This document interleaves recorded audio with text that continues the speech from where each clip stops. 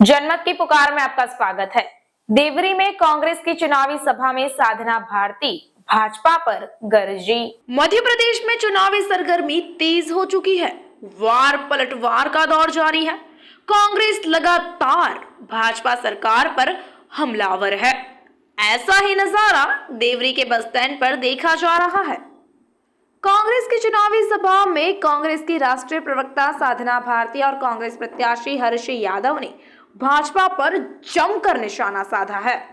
साधना भारती ने तो भाजपा पर उमा भारती को अपमानित करने तक का आरोप भी लगा दिया है।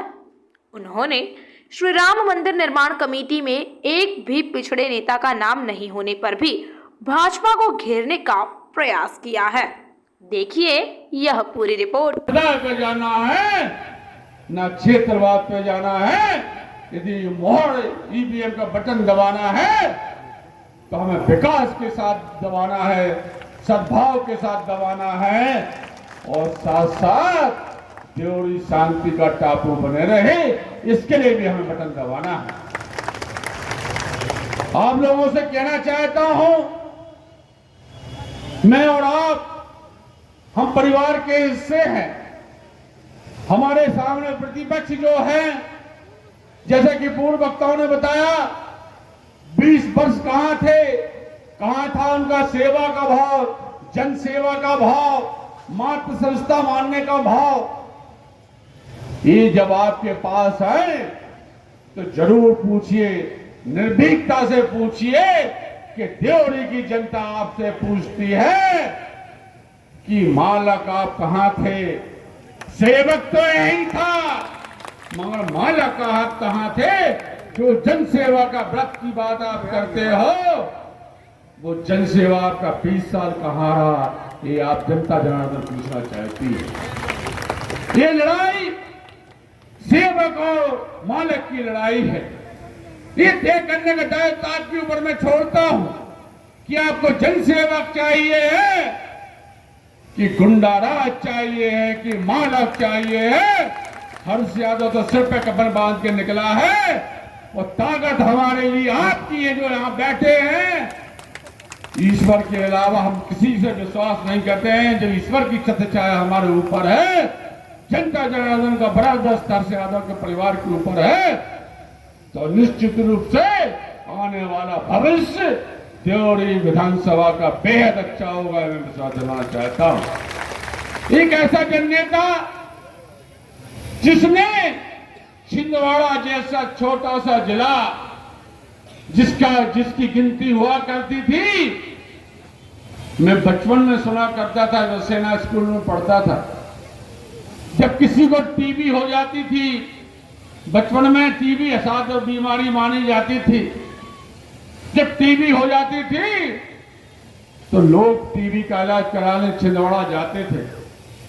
और वो छिंदवाड़ा जो आदिवासी बहुल जिला था, कितना पिछड़ा हुआ था, मगर जब से इंदिरा जी ने अपना तीसरा बेटा छिंदवाड़ा जिले को सौंपा कमलनाथ के रूप में, आज पूरे देश में छिंदवाड़ा एक ऐसा मॉडल राज्य के प्रदेश जिले के रूप में विकसित हुआ है कि इसकी तारीफ पूरे देश के साथ साथ अंतर्राष्ट्रीय स्तर पर होती है। वही सपना हमारा नेता कमलनाथ मध्य प्रदेश का सपना लेके आया है। आपके बीच में प्रस्तुत कर चुके हैं कि भी कहां इसकी सरकार बनेगी तो नारी को सम्मान मिलेगा, किसानों को सम्मान मिलेगा, कर्मचारियों को सम्मान मिलेगा, बेरोजगारों को रोजगार मिलेगा, और वो नन्हे मुन्ने बच्चे जिनके माता पिता आर्थिक तंगी में बच्चों को नहीं पढ़ा पाते हैं, उनको हम स्कॉलरशिप की सौगात देने का काम करेंगे। इसलिए मैं आप लोगों से कहना चाहता हूं, हमारे साथियों ने वचन पत्र आपके बीच में प्रस्तुत किया है। जिस तरह गीता, पुराण, रामायण हमारे धर्म ग्रंथ हैं, इनको भी अपने पूजा के स्थान में सहेज के रखना और सुबह शाम अध्ययन करना। यदि कांग्रेस की सरकार आपके आशीर्वाद से बनती है तो निश्चित रूप से एक एक वचन हमारा नेता कमलनाथ वो पूरा करके किसानों का कर्ज भी माफ करेगा, बिजली 12 घंटे देगा, 100 यूनिट तो बिजली फ्री देगा। पहली से लेकर 12वीं तक बच्चों को 1500 रुपए महीना देगा। सामाजिक सुरक्षा पेंशन 600 से 1200 देंगे। विकलांग पेंशन 2000 करेंगे। और प्रधानमंत्री आवास की राशि कितनी करेंगे? 2.5 लाख करेंगे। बहन बेटियों की शादी के लिए कितनी राशि देंगे? 1,51,000 रुपए की राशि। 1,01,000 रुपए की राशि 18 में हमने की थी कितनी? 51,000 रुपए। और सबसे बड़ी सौगात हमारे गरीब भाइयों के लिए, परिवारों के लिए देने वाली है कांग्रेस सरकार कि मध्य प्रदेश में कांग्रेस की सरकार बनने पर पारिवारिक बीमा योजना हम लागू करेंगे।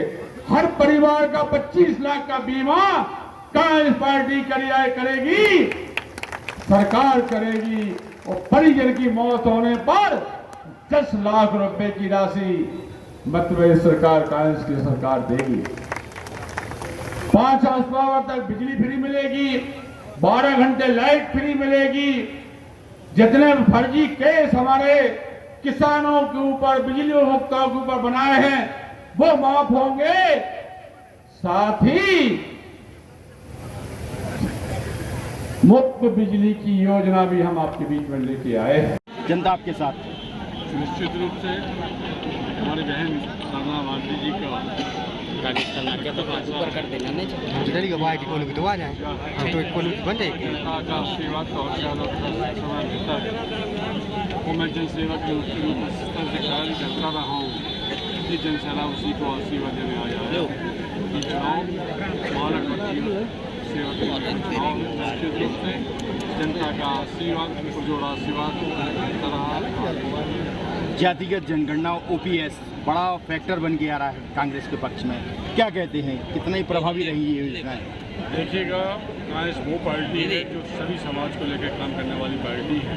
हमारे नेता कमलनाथ जी मुख्यमंत्री थे, सारे जिले की दूरी पर उन्होंने 27% ओबीसी को आरक्षण देने का काम किया। 10% आर्थिक रूप से कमजोर लोगों को आरक्षण देने का काम किया था। और हमने वचन पत्र में शामिल किया है कि कांग्रेस की सरकार बनने पर हम ओबीसी को 27% आरक्षण भी देंगे, साथ साथ जातिगत जनगणना भी हम कराएंगे।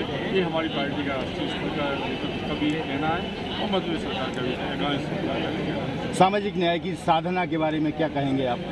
ये तो बड़ा ओजस्वी भाषण रहता है। साधना की प्रतिमूर्ति है। निश्चित रूप से इनका जोश उत्साह कार्यकर्ताओं में भी भरा गया है और निश्चित रूप से ये हमारे लिए गौरव की बात है कि ओबीसी की हमारी बहन निश्चित रूप से बेहद आक्रामक शैली में अपनी बात रखती है और जिस पटता से अपनी बात की प्रस्तुति करती है। हम सब लोग यहाँ पर पूजावान हुए हैं, धन्यवाद करते हैं। भैया एक वीडियो वायरल हुआ, भाजपा कार्यकर्ता का धमका रहा है आदिवासियों को, ये डीपी हटा ली जाएगी, काफी प्रताड़नाएं होगी अगर प्रत्याशी नहीं जीतता है। जो हमारे सामने प्रत्याशी रहे हैं उनको राज्य में क्या हुआ है, उनका कार्यकाल कैसा रहा है, हर दिन व्यक्ति के जो दिमाग में है। आज बहुत सारे भारतीय जनता पार्टी के गुंडे और दलाल सक्रिय हो चुके हैं। कहीं ना कहीं लोग धमका भी रहे हैं, दबा भी रहे हैं, पिंचित कर रहे हैं, शराब भी बांट रहे हैं, पैसा भी बांट रहे हैं। आप इनसे कैसे निपटेंगे? जनता हमारे साथ है, जनता का आशीर्वाद हमारे साथ है, जनता निपटेगी और मैं तो जनता का सेवक ही, तो जनता के साथ खड़ा हूँ। धन्यवाद। कांग्रेस की एकमात्र साध्वी क्या कहती है? देखिए, सबसे पहली बात, साध्वी नहीं हूँ मैं, आध्यात्मिक प्रवचन करती नहीं हूँ और सामाजिक कार्यकर्ता के रूप में रही हूँ।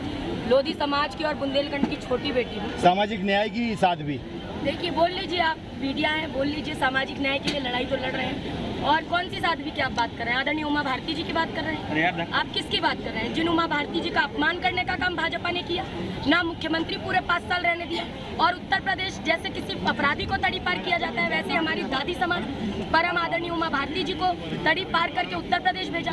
और जब राम मंदिर आंदोलन की बात चली तो राम मंदिर जब बनने पर आया तो पहली बात, भाजपा के आदेश पर राम मंदिर नहीं बन रहा है, सुप्रीम कोर्ट के आदेश पर राम मंदिर बन रहा है। और राम मंदिर बनाने की लड़ाई किसने लड़ी? पिछड़ों ने लड़ी, SC ST के लोगों ने लड़ी। और जब राम मंदिर ट्रस्ट बना तो क्या साध्वी उमा भारती जी हैं उसमें? क्या विनय कटियार जी हैं उसमें? क्या साध्वी रितंबरा जी हैं उसमें? नहीं है। माननीय कल्याण सिंह जी थे उसमें? नहीं थे। तो मैं कहूंगी कि छलने का काम करते 15 में से 14 ब्राह्मण हैं। तो मैं तो वही कह रही हूँ कि देखिए, जिसकी जितनी संख्या भारी उतनी उसकी भागीदारी की लड़ाई आज कांग्रेस पार्टी आदरणीय राहुल गांधी जी लड़ रहे हैं। और देवरी की जनता का जोश और यहाँ का जन सैलाब बता रहा है कि आदरणीय हर्ष यादव जी एक बार फिर विधायक बन रहे हैं और मंत्री बनकर अब भोपाल में बैठेंगे। कमलनाथ जी की सरकार बनने जा रही है और जितने वादे हमने किए हैं, हमने अभी तक 15 महीने भले सरकार रही और हमने अपने वादे निभाए, आगे भी हम अपने वादे निभाएंगे और जो जो कहा है वो करके दिखाएंगे। साधना की साधना से कांग्रेस को कितना फायदा होगा? अब ये तो ये जनता से पूछिए कि कितना फायदा। साधना तो साधना करने के लिए पहले भी आई थी और इस जनता ने स्नेह और प्यार के साथ दिया और हर्ष भाई को बनाया था विधायक, मंत्री बने। एक बार फिर 18 के बाद अब दोबारा चुनाव है, फिर से जनता विधायक भैया के लिए क्या माहौल देखती हैं आप देवरी में? मैंने तो बता दिया, ऐसा लगा ही नहीं कि मैं चुनावी सभा में हूँ। ऐसा लगा जैसे विधायक बनने के बाद धन्यवाद सभा में आई हूँ। इतना जोश और जन सैलाब और सभी ने दोनों हाथ खड़े करके एक संकल्प लिया। मध्य प्रदेश में क्या देखते हैं आप? क्या लग रहा है सिनेरियो कांग्रेस का? मध्य प्रदेश में कांग्रेस का सिनेरियो ये है कि कांग्रेस जो अपने वादों के साथ उतरी है, जनता उसके समर्थन में है, कर्मचारी उसके समर्थन में है, शिक्षक उसके समर्थन में है, किसान उसके समर्थन में है, महिलाएं उसके समर्थन में है और जितने लोग समर्थन में है वो सब मिलके कांग्रेस की सरकार बनाने जा रहे हैं। और ये मामा जी जो है, जिन्होंने मामा की तो भूमिका निभाई नहीं, कंस मामा की भूमिका जरूर निभाई, महिलाओं का सम्मान नहीं करा पाए, किसानों का उत्थान नहीं करा पाए, आदिवासियों को सम्मान नहीं दे पाए, तो उनको मुंहतोड़ जवाब अब ये जनता देकर निकली। 2025 में हिंदू राष्ट्र की तैयारी है आरएसएस और भाजपा की। आप जैसी साध्वियों से तो पानी फिर रहा है अब।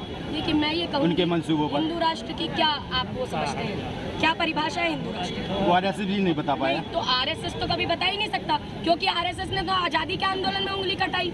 कोई 5 नाम ऐसे दे दीजिए जो आज़ादी के आंदोलन में लड़े हो, 5 नाम ऐसे बता दीजिए जिन्होंने मोदी जी के साथ स्कूल कॉलेज में पढ़े हो, 5 नाम ऐसे बता दीजिए जिन्होंने गटर की गैस से मोदी जी के साथ चाय बनाकर पी हो, तो 5 नाम ऐसे बता दीजिए जिन्होंने ओबीसी को पद पे रखा और 5 साल बनाए रखा।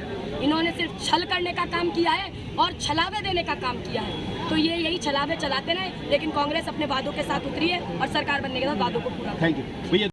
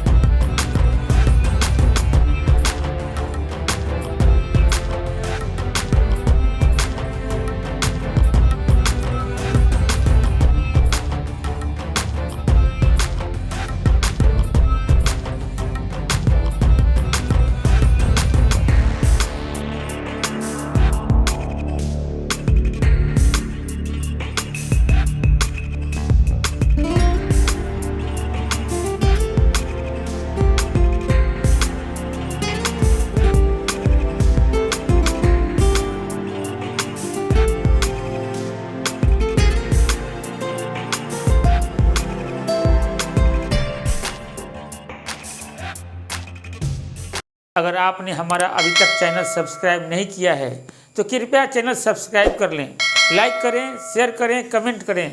तो मिलते हैं फिर किसी और खबरों के साथ। नमस्कार।